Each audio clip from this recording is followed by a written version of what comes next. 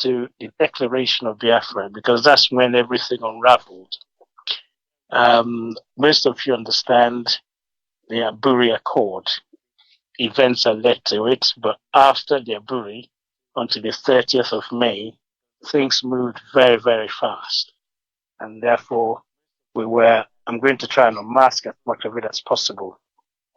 I was also happy listening to Assam Pete's special, and when you played it. It's one of those music where when you go to a party in those days, those who can't dance, so those who have 2 feet like me, and those who are sitting on the wheelchair, those who have got delay actually get up and dance. It was a wonderful time. And then the Kengas, Superstar. Long Live Africa.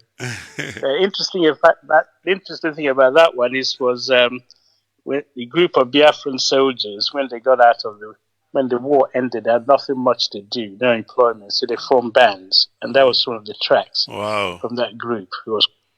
It's a party shaker, as in those days. So thank you for playing them. It's a pleasure. We're going back to this Aburi. What exactly happened from the 4th and 5th of January 1967 was that an attempt was made to calm nerves, to find a solution to how do you now live together in a country where a section of population have been massacred. They ran back to their villages, awaiting further instructions. They told the Ojukwu, don't go. You can't trust these people. He said, let's go this extra mile. They went there, they discussed, they came up with solutions that will save the country and unite everybody, and they tried to patch things up. At the end of the accord, Ojukwu and Gowon were eating with the same plate. Most of you will see the video. I think Gowon put a meatball in his mouth and Ojukwu picked some rice. And none of them used a long spoon or a long fork. They were eating from the same plate. So something very, very strange happened when they got back, Ojukwu to the eastern part and Gowon to Lagos. What we believe happened was that Gowon was given some strange instructions. And rather than announce as now the head of the government, remember before Aburi, Gowon was not recognized by Ojukwu as the head of the government because he had a coup.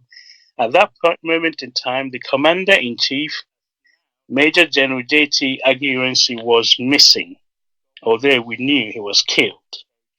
He was not being declared as killed because Gowon took over power. So it was at Aburi that Gowon was conferred the actual privilege of being the supreme head of the Nigerian government by the Eastern delegation, because up until then, the East have not recognized him. So people forget to know that. So Ojukwu had to recognize Gowon, who is if you like, hasn't got a higher rank than Ojukwu himself in the military, but in the military, depends on the rank. Gowon rank is less than Adebayo, who was the governor of the West. Is no more than Ojukwu's one, because they're about the same. In fact, the person ruling the Navy was more superior than all of them. Yet Gowon, because of people backing him with a gun, made him the head of state.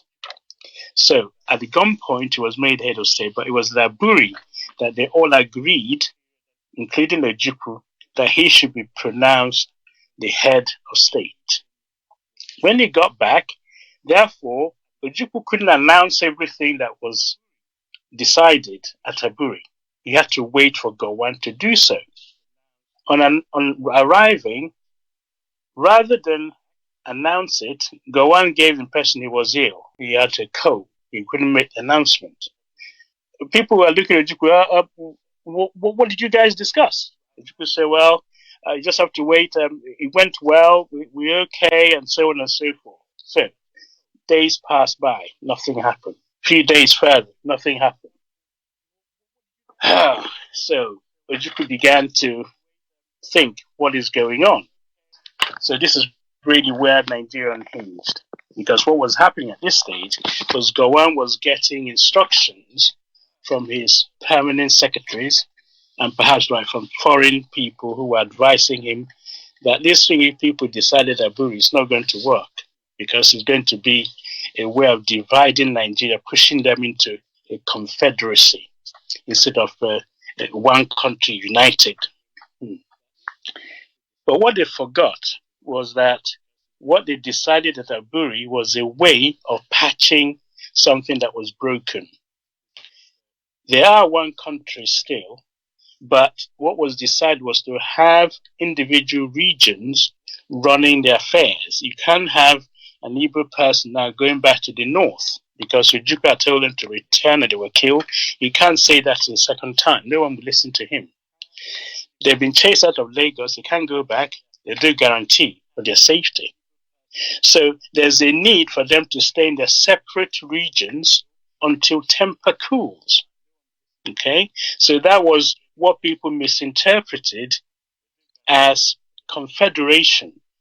If you're running the eastern region, you're going to have a police force, your army, your area of command, you look after that area. The same for the north, the same for the west, the same for the Midwest. So that's what was agreed. And they agreed on certain formulas on how to share their revenues and resources and so on and so forth. But if you then start going back on those terms, and they're supposed to, part of the clause, if you change a clause, you have to talk to other governors of those regions. So you have concurrence. Everyone agrees. So no one is left out. No one is pushed away. There's no suspicion. So all these things was in place as a safety. And the Ojukwu's group and the rest of Nigeria's group, their secretaries, they read through the minutes of the communique, the minutes of the discussion. Ankara himself, the Ghanaian head of state, also went through it and asked them, are you people happy with this? Yes. Do you want to change anything? They said no. They signed it. Ojukwu and Gowon apparently was driven to their respective airports or planes by Ankara himself, and both of them sat in the same car. So it was very, very strange when Gowon started talking about things which was not decided and signed, gramophone, tape-recorded conversations at Aburi. So I've been emphasizing this Aburi because if Ojukwu tell people to go back to the north and they were killed, he can't say that again. He goes to Aburi and they make a statement, and then you don't agree on or honor that statement, they're not going to listen to him anymore. Remember, at this stage, there's nowhere safe to go and have a conversation or have meetings in Nigeria up until then. So it was a very strange situation. So I summarize it by pulling out a comment which Ojukwu made in when the confusion started. Gowon eventually made a statement and started retracting, changing what was published in Aburi.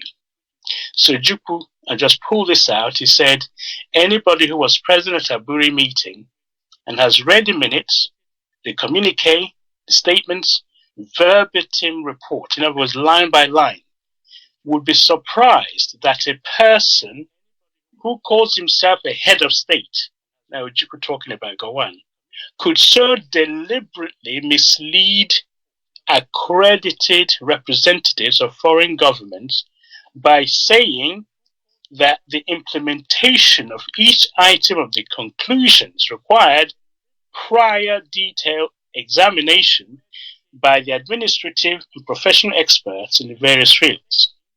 Put in a simple language, you as head of government, the highest authority in the land, have gone and made a decision. You then come back, it's like the cabinet in the UK, the government in the UK have gone somewhere, made a decision. You then come back and your permanent secretary say, no, we're not going to agree with this plan. You tell them what to do. They don't tell you what to do. And the delicate nature of the situation is such that your permanent secretary can only advise you. They can't change the content of the communique. So Gowon was saying, hiding behind the permanent secretary, said, these people are giving us a different advice, but they're not running the country. You are. Okay.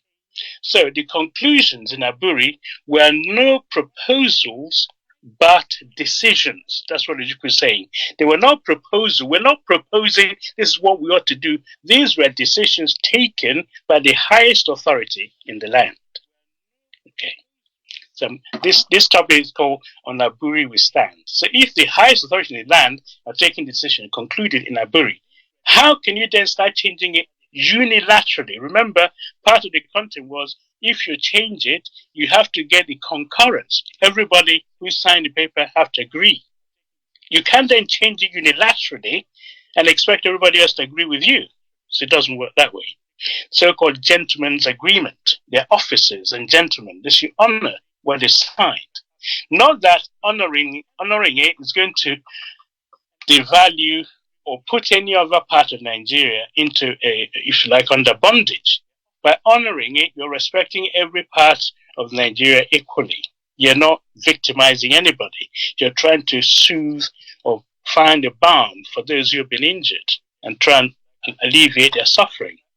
You're not there to dictate to anybody.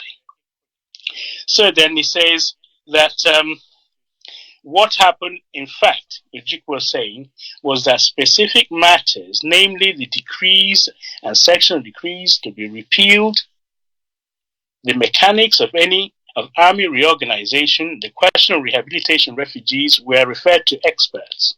You have made a decision, now experts, you go ahead and do it. Okay, so the meeting of the financial experts to be considered the question of rehabilitation, displaced persons, has not been held because the Ministry of Finance has not come round to doing that. Okay, the meeting would serve any useful purpose. They haven't done that.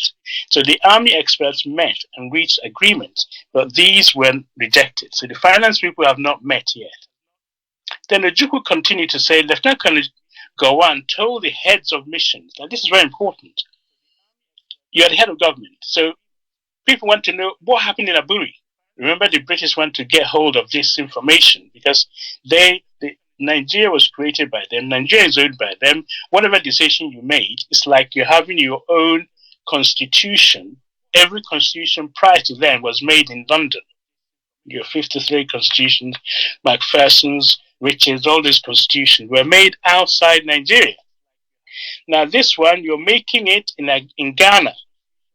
And you came back, it's going to alter whatever the British have organized. They don't want to hear it. They want to make sure they understand it. So, Ojukwu said Lieutenant Colonel Gowon told the heads of missions that the agreement about returning the regions to the position before January 17th, rather, also meant, in effect, that the federal government in Lagos will continue to carry on its function as before. That is right. In other words, what they did in Aburi was to say all the decrees issued by the military since January 66, we're going to repeal them. We're going to cancel them. Because Aguirre wanted the country to be united and unitary, Decree 34, but they've decided at Aburi, we're going to cancel all those, okay? We're no longer going to go ahead with those. But then Ojukwu said that Gowon failed to inform the world that the decision taken at Aburi, the federal government meant no more than the Supreme Military Council.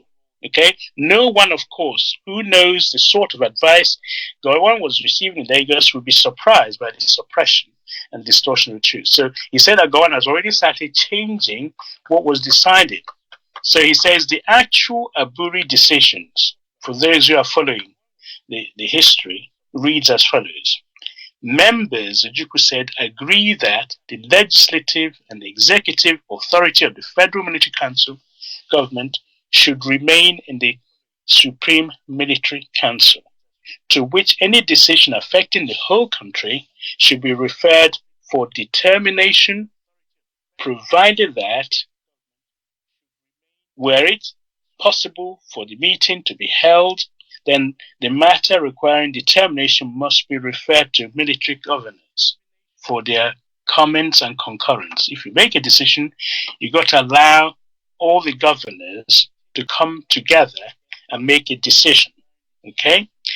I'm going to go very quickly because there are various things Ojukwu said in this statement which is rebutting what Gowon was saying, dishing out to the foreign press and saying, this is what we talked about in Aburi. So Ojukwu said, no, these are not what we said. And he therefore decided the best thing to do is to come up with the idea of playing this long gramophone if necessary, okay, so that everybody would know what was decided. He said it's a clear statement. The question is, are prepared to distort the verbatim. So it is clear, he summarized, that Gowon was prepared to distort the statement, okay, or the verbatim report of a Aburi meeting, and therefore to help the public informed the Eastern Nigerian Broadcasting Service will be playing the tape records, yes, and proceeding live at scheduled times. Arrangements have been made to transform these tape recordings into long-playing gramophone records. He said, we are also going to ahead to print and publish the documents and records of our Aburi meeting. We in the East, he said, are anxious, and that's to say the least, to see that our difficulties are resolved by peaceful means and that Nigeria is preserved as a unit. But it is doubtful, and the world must judge, whether Lieutenant Colonel Gowon attitudes and their exhibitions of his insincerity are something which can lead to a return of normalcy and confidence in the country. That's a very damning thing to say. He said, I must warn all Easterners once again to remain vigilant. The East will never be intimidated, nor will she acquiesce, in other words, agree, to any form of dictation. It is not our intention to play the aggressor. Nonetheless, it is not our intention to be slaughtered in our beds. We are ready to defend our homeland. Fellow countrymen and women, on Aburi we stand. There will be no compromise. God grant us peace in our time. So this is really, I had to read that out so we all understand that when the people said on Aburi we stand, it is the last bus stop. There's nowhere else to go if Nigeria reneged or messed up the Aburi Accord. So that is the reason why I'm drumming on this. Okay, so Ojukwu therefore fired that warning to Gowon. He should stop meddling, trying to tinker the agreement that was agreed. Don't try and change it. Start implementing it. Okay? If you don't want to implement it, well, I'll have no choice but to find a way of resolving the problem for those people who are desperate to need help from the government. Remember, the people of Eastern origin have been killed, and the government is supposed to be running around to sort things out, but they're not doing that. That is where it's hurting the East a lot. January 26, Gowon held a press conference in Lagos, which he reported to reveal the agreement of the Aburi meeting. Remember, he had a meeting and said, this is what we decided. Ojukwu was saying, my goodness, this is not what we talked about. So the text of the press conference appears to be based not on the minutes of the final agreement of Aburi, but on the criticisms of those documents by the permanent secretaries. Reading the two press secretaries, reading two side by side, one wonders whether Gowon was really present at Aburi. So that's how bad the disparity between what Gowon was saying and what was discussed. It's like somebody else who wasn't even there was talking about Aburi, criticizing what they decided. But that isn't what they're supposed to be doing. They're supposed to be implementing what was happening. Okay? So, Ojukwu then went on to say that if the Aburi Agreement are not fully implemented by the 31st of December, okay, if you don't implement them by 31st of March, of 1967, remember the conference was held on the 4th and 5th of January. February went, March just faffing around, doing nothing, exchange of words, playing with press. So Ojukwu said if by 31st the agreements we decided had not been acted upon because it's the Eastern people who need most help. The refugees need rehabilitated. If you're not going to implement it, Ojukwu said, I shall have no alternative but to feel free to take whatever measures may be necessary to give effect in this region to those agreements. What is he saying?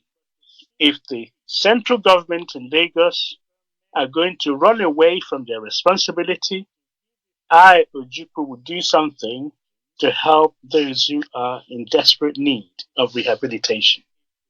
Okay? So that is how far the Aburi Accord had degenerated. Okay? So then what happened was that Ojukwu was then, because the significance of 30th of March is to do with financial year. So whatever has happened, 1966, we're now going to finish in financial year, it's a bit like the British one, 31st of March, because the 1st of April is the beginning of the new financial year. So whatever we've done, at the end of the financial year 31st, we need to decide what to do going forward. Okay. So, on the 31st, so therefore there's something called Survival Edict. Okay? Revenue Allocation Edict. Let me explain that. When the 1st of April came, the East felt necessary that from there on, when we collect taxes, rather than pay direct to the government in the Lagos, we use it to look after those who are in need of rehabilitation. That was step one in the beginning of the headaches that led to Nigeria unraveling. Okay? So, for 4 months since Aburi, nothing has happened. Right? So, therefore, one of the reasons that Ojukwu did that was to make sure these people did not starve. Some salaries haven't been paid. Okay? And so on and so forth. I'll read a bit more for you. Right. So, when Ojukwu said this is what he's going to do, on the day the departure of Eastern Nigeria was fully expected, journalists arrived in Enugu for a press conference. Because when Ojukwu said that, people rushed to Enugu to go and hear what was going on.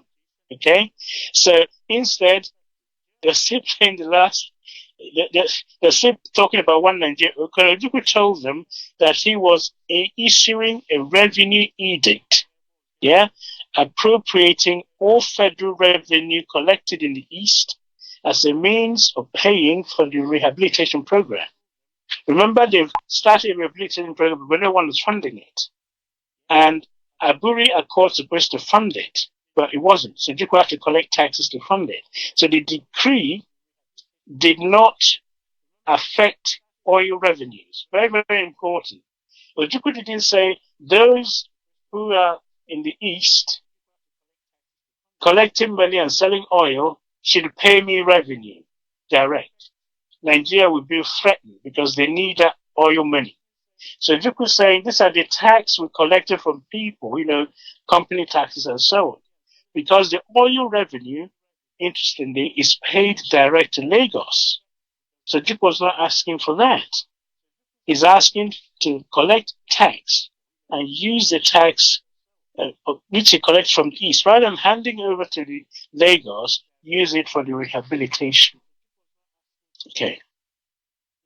So as Ojukwu said, this decree did not affect oil, as I said, and these were collected. Now, the reporter was stunned. All the reporters were amazed. He said, how come? They had expected, fire and brimstone, therefore to confront and say the physical problem that Ojukwu was pulling out. Ojukwu wasn't pulling out. He was trying to find a peaceful way of resolving the problem. So Ojukwu told them that the East would only pull out of Nigeria if she were attacked or blockaded. Okay? So here we go.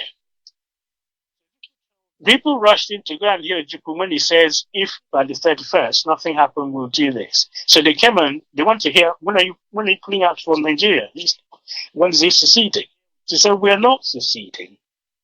But we will consider, we'll pull out of Nigeria if we are attacked or blockaded. Remember, the people in the East are now mixed up of those who have returnees from Lagos, from Ibadan, from Ilorin, from Sokoto, from Kanu, from Kaduna. They've all run back and with nothing doing, most of it. So the federal government, instead of doing something about what Ojukwu was saying, they gave their own decree, Decree 8. They issued a fresh decree, Decree 8. That's a document that appeared at first glance to implement major points of constitutional arrangement agreed in Agburi. Now this is very tricky. They brought out a paper saying, this is what we're going to do. When you look at it, you think, oh, they're going to agree, they're going to implement Agburi Accord. But it is not the fiscal arrangement. The Decree 8, like Agburi, vested the legislature and executive powers of the Supreme Council. And what it did do, decisions were made. Vital matters could be taken only by agreement with only two governors. But however, it gives the autonomy. The federal government have the final say of what they did or who did what, which is against what Agburi said. Agburi said we'll all have to agree as a way of removing suspicion. But if you then bring out a decree saying the federal government have the right to veto and decide what to do, you're no longer going in the spirit of Agburi. Remember, there's tension in the country. So, what then happened is this. 4 months after the Agburi, they printed a new version, and it's very, very clever. Skillfully, they worded that, and it looks harmless indeed when you look at it, but you have to look at the main paragraph. It says, one of the extra clauses was that the fact that the regional governors could not exercise their powers, right? If you're Ojukwu, you're not allowed to exercise your power so as to impede the prejudice, the authority of the federation. Translated, it means Ojukwu cannot do anything without the prior consent of Gowon in the central government, and anything that the central government feels is going to undermine them, they will not allow it to go through. So if Ojukwu wants to feed his people and the central government says, I'm not going to allow you, then you will not go through. So they'll be dictating to the East, which is not what agreement was reached at Agburi. So the next one, so Gowon decided precisely what he would impede. So Gowon is the one who decides what would impede or what would prejudice the authority. It's like a rule you made, you haven't decided what is actually inside it. But you say, I have every right to change this particular rule. But you don't tell us what the rules are. Okay. Another section of the Decree 8, which was brought out after Ojukwu decided to collect tax from his region. And the federal government, Decree 8, said to take over the authority of the regional government, which was endangering the continuance of the federal government. And again, the creation was, the criteria was again apparently Lagos. So there's another part of this new clause, which Gowon issued unilaterally, that within it, the central government have the right to take over any region if they deem that they're going away from the dictates of the center. It's like imposing a dictatorship, and which they have not decided at Aburi. The next one, most menacing of all, the Eastern Eyes. And this is important. The important thing here was a paragraph under which a state of emergency. Now, this is very critical. Remember, Tafawa Balewa government used state of emergency in the Middle Belt, state of emergency in the Western region, just to bring the army and start shooting and killing people and causing all sorts of chaos. You have Wild Wild West as a result of the state of emergency. Now, Gowon is bringing that within this Decree 8, the government in Lagos has the right to declare the state of emergency, right, on any region when, with the agreement of only 3 of the military governors. Why only 3? Remember, there were 4: Northern, Western, Midwest, and East. So you no longer need concurrence of all the people. You can only now use only 3. So what that means, you're isolating the East. So if they go it alone, 3 of you will gang up and declare state of emergency. So that is what made the East very, very suspicious. You have now brought in a new decree without concurrence, without discussion, and saying 3 governors, if they agree, to go ahead. Okay? And the other 3 governors, they are not independent. The governor in the West has northern soldiers camped in his country. The Midwest hasn't got enough firepower. So whatever the center says, Gowon says will go, because the others cannot say no. So Juku was being isolated. So Juku saw this as being specifically anti-East. So that decree was not saying anything to alleviate the suffering, the burden of refugee, the rehabilitation program, but everything was against the East. So he therefore rejected the decree. So, therefore, there was growing unpopularity of Gowon's regime, okay, is now causing the southern part of Nigeria to actually become one, because they're looking at him and said, what is going on here? We went to Aburi, and you're given a new order without any instruction to anybody beforehand. So now, Q, the Western region, the Yoruba people, there was growing resentment over the failure, first of all, to remove the northern troops who are sitting in Ibadan, who are garrisoned in Lagos, Ikeja. So they wanted them returned to the north, because that's what Aburi said. But Gowon wasn't budging, okay, because that's what was stated. So Chief Awolowo led the actual protest. Following this tradition, so it's made among the, as you know, Chief Awolowo was locked up in prison. They accused him of sedition under Balewa's government. He was released by Agi Irensi, but Gowon, when Agi Irensi was killed, the day Awolowo was going to be released, Gowon jumped in and released him. So the Yoruba thing that Gowon released Awolowo. So Awolowo is now at large in the West and is following what is going on. So he mentioned to the leaders of thought in the West, these are the powerful people in the Western region, Yoruba leaders of thought. They all met in Ibadan. And he said, it's in his considered opinion, that some of the demands from the East are actually, they're not altogether perfect, but he said they're excessive. Within the context of the Nigerian Union, most of such demands are not only well-founded, he thinks they're well-founded, but are designed for smooth and healthy association within the various nations units in Nigeria. What are we saying, in effect, that most of what the Eastern region are demanding are reasonable, and they are designed to allow them to cohabit with the rest of Nigeria. So Chief Awolowo, who has been to the East to see Ojukwu, and as a witness, and he was the one who would understand the feelings in the East, because if you've been there, as one of the music was playing, almost it was played. Everybody was a big town because you have a relative who went to the north who may not have returned, some from Lagos who didn't make it, some who maybe have wounds. So you are constantly reminded of the pressure that the eastern region were under. So there was a lot of sympathy for the refugees to go.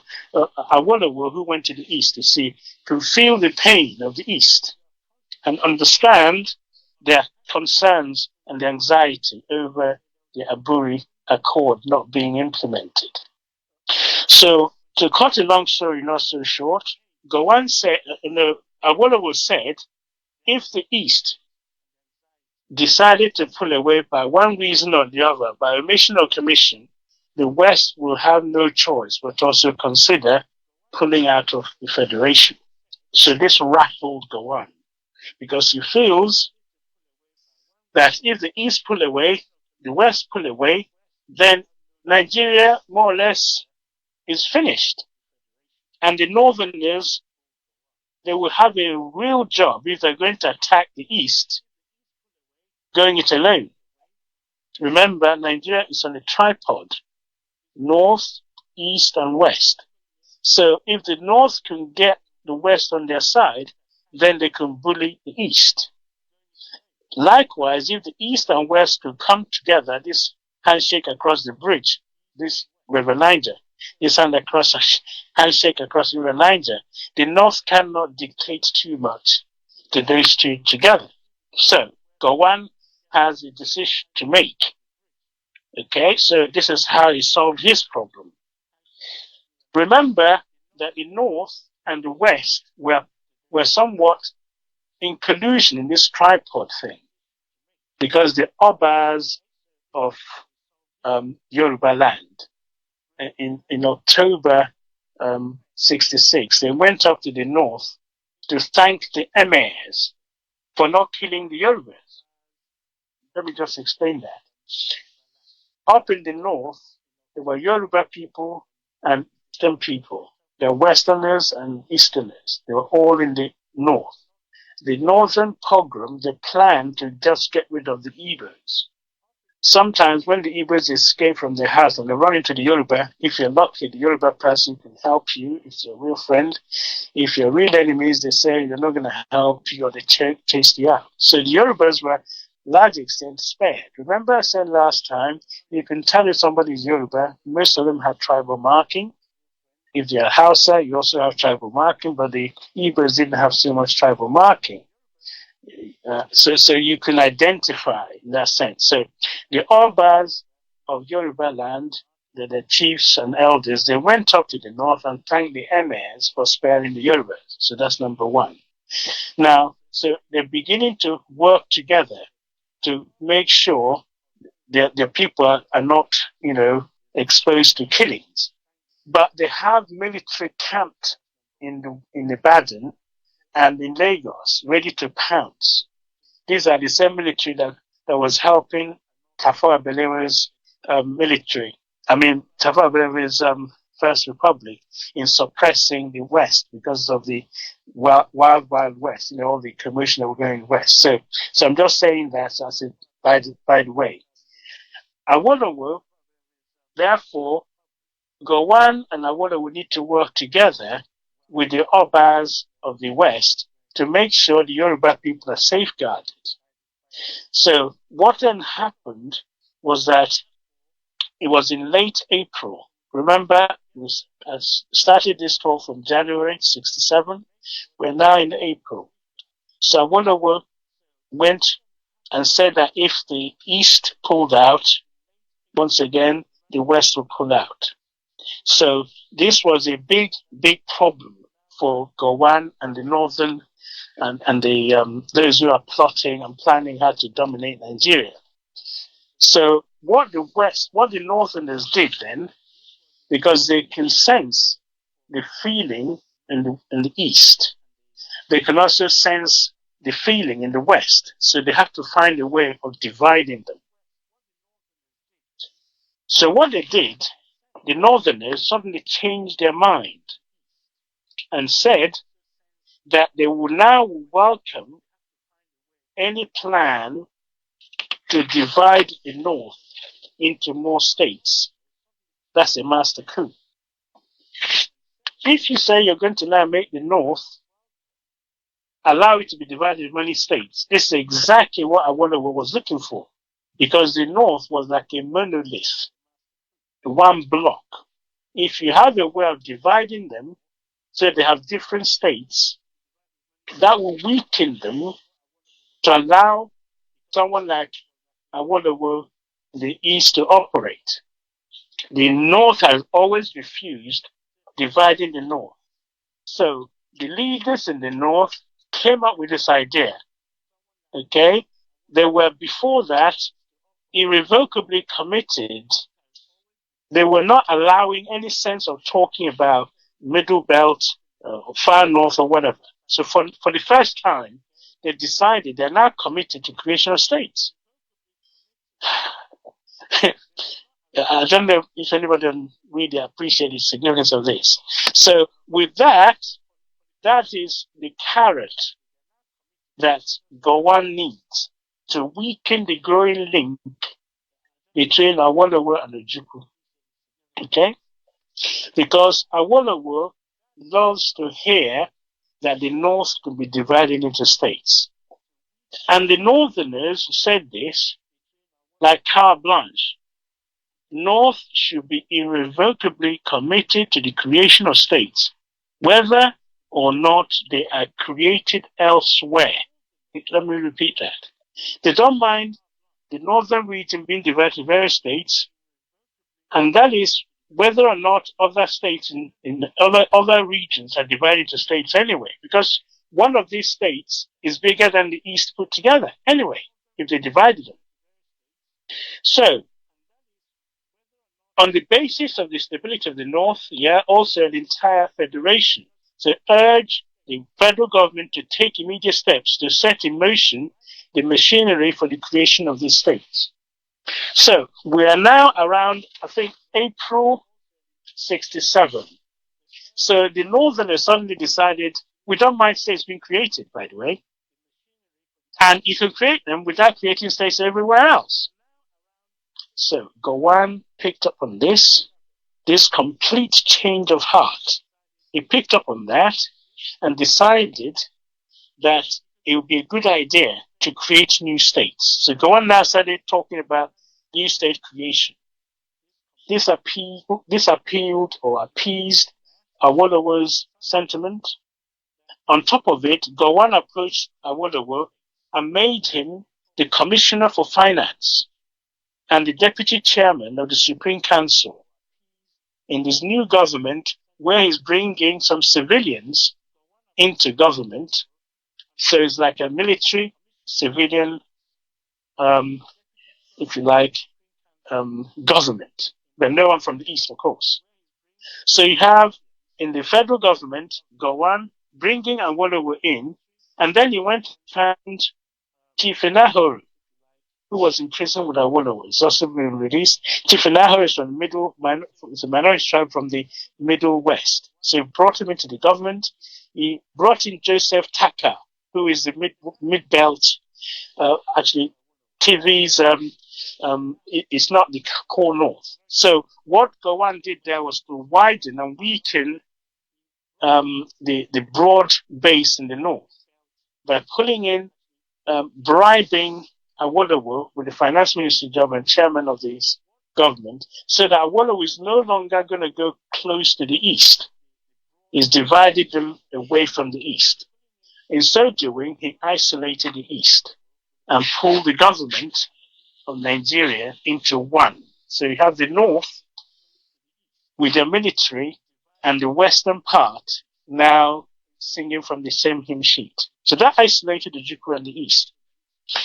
Having done that, he would then turn to the east. So let me go a little bit quicker. So what then happened is that when Ojukwu decided from the 1st of April to collect the revenue for survival edict and pay to people in this region who are suffering, need rehabilitation. What Gowon did was to cause an economic blockade in the East.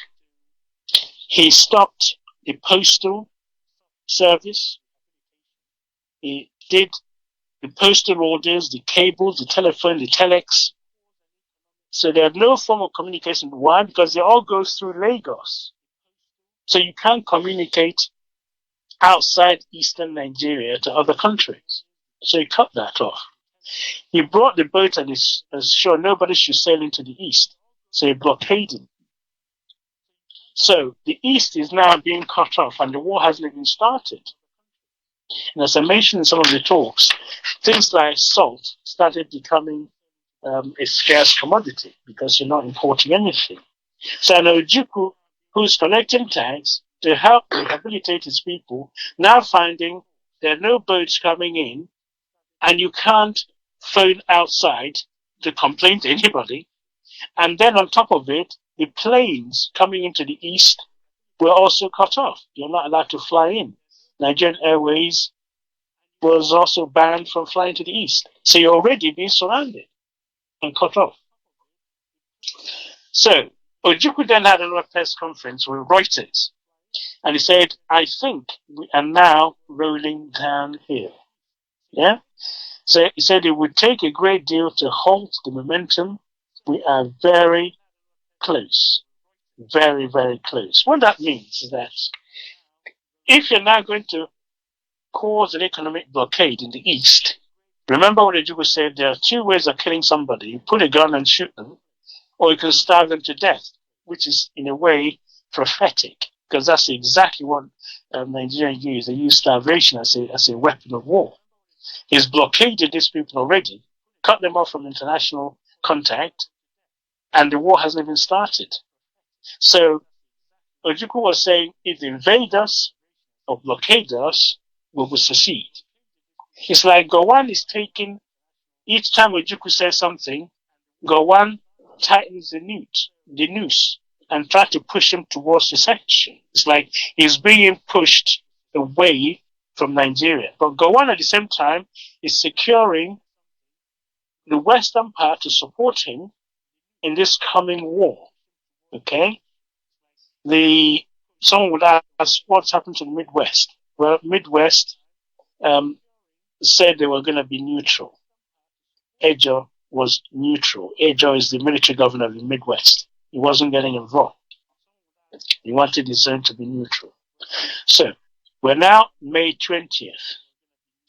So, what then happened is that there were still people, just as Ojukwu said, we're now very close. They were pulling apart. So, last-ditch effort. To be fair, this time it was the National Conciliation Committee, headed by the new Federal Chief Justice, Sir Adetukumbo Ademola, is a Yoruba person, and then including Awolowo. They visited Ojukwu for the last time, the 7th of May, 1967. Once again, they listened to Ojukwu's views, they listened to the problems they're having, they accepted all his demands and called on the federal government to implement these demands. These demands included implementation of what was agreed in Aburi, okay, and also the posts the troops back to their regions of origin and to call off the economic sanction. Okay, so the people who visited Ojukwu went back to Gowon and said, these people are being tortured unnecessarily. You need to call off all the sanctions. They don't make sense. So on the 20th of May, Gowon accepted all the recommendations, but it was another illusory hope. He said he's agreed to now de-escalate, but he announced that the ban on Nigerian Airways flight to the east was lifted, although with other sanctions. Yeah. However, the director of Nigerian Airways said privately, no one had told him, given an order to resume flights, so he wasn't going to carry that out either. So Gowon will say one thing, but behind, something else was going on. So if he lifted the order, he just tell the director of Nigerian Airways to start flying to the east straight away, but he didn't do that. Now, the troops moving away from the east was part of a Buri Accord. Colonel Katsina, who was, of course, now he used to be the governor of the northern region.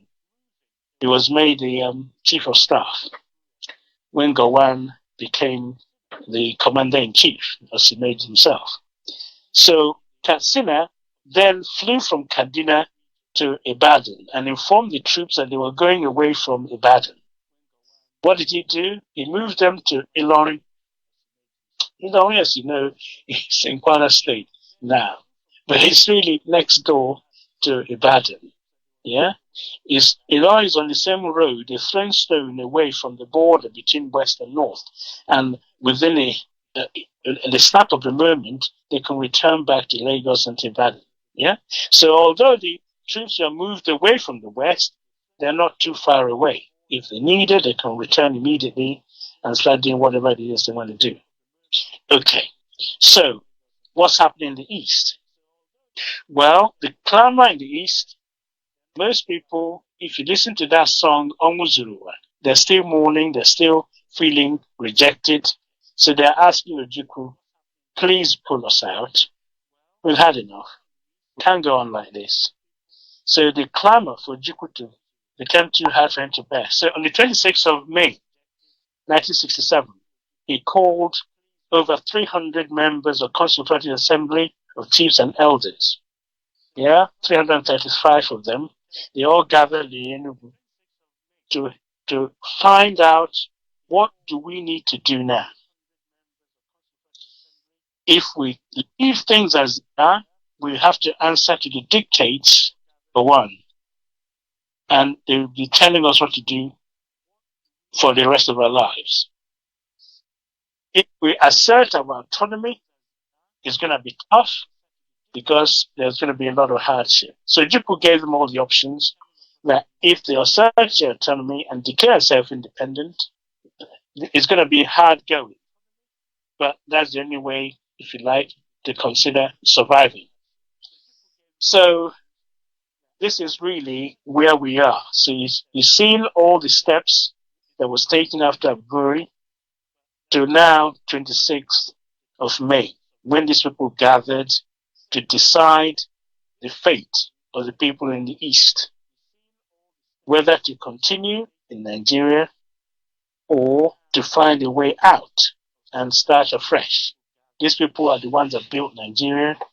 They've abandoned the precious goods and so on. Now they run back to the East and no one is listening to them.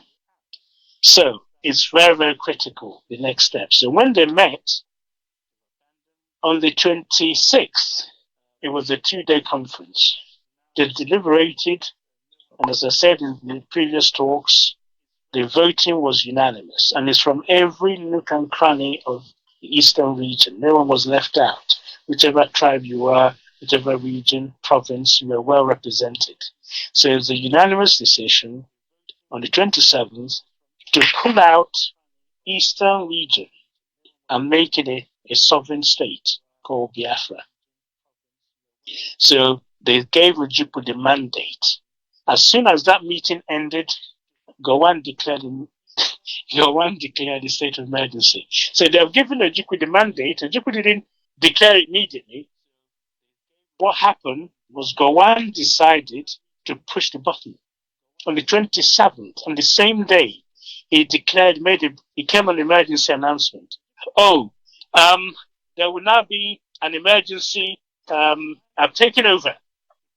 There's going to be there's a state of emergency. I've declared. So let me just try and put this. It's not my own words. Okay. So mandate was given to Ojukwu. It's not necessarily for secession, but at the earliest practicable date, to declare Eastern region a sovereign state. Okay. So Gowon decided to declare a state of emergency on the same day, simultaneously, published a decree dividing Nigeria into 12 new states. Now, he had an option about the north, dividing it because it's so big, but in the east, he divided a tiny place into 3 places. Okay? And there was no consultation of the people who live in those places. There was no boundary that you know of. He just carved places up. To make the matter worse, to really, really provoke the Easterners. Okay, so there were tiny states, 3 tiny states. Each of them, if you left them on their own, they're isolated.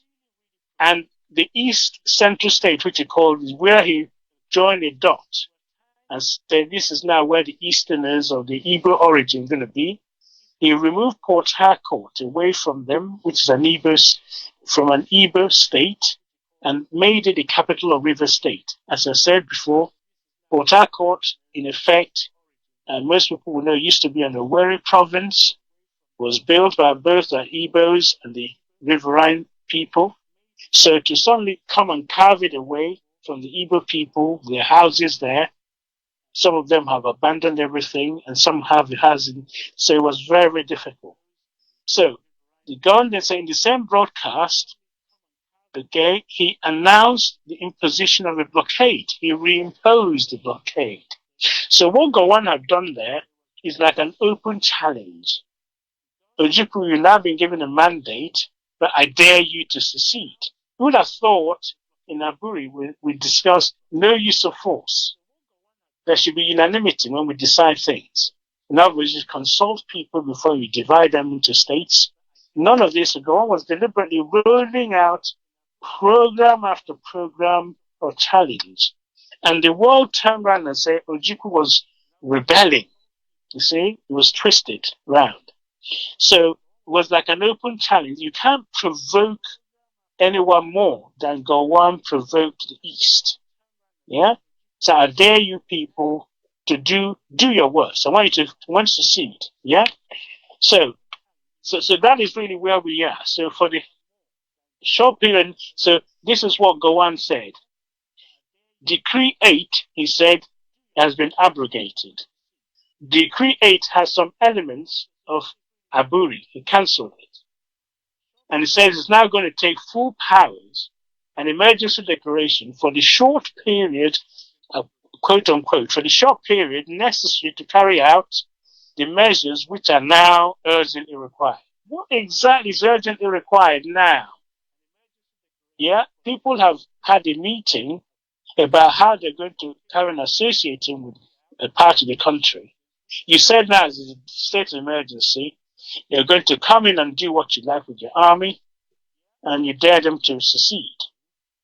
So therefore, on the 30th of May, in the early hours, Ojukwu called diplomats, journalists to the State House, Enugu, okay, to hear what Ojukwu has to say following the meeting.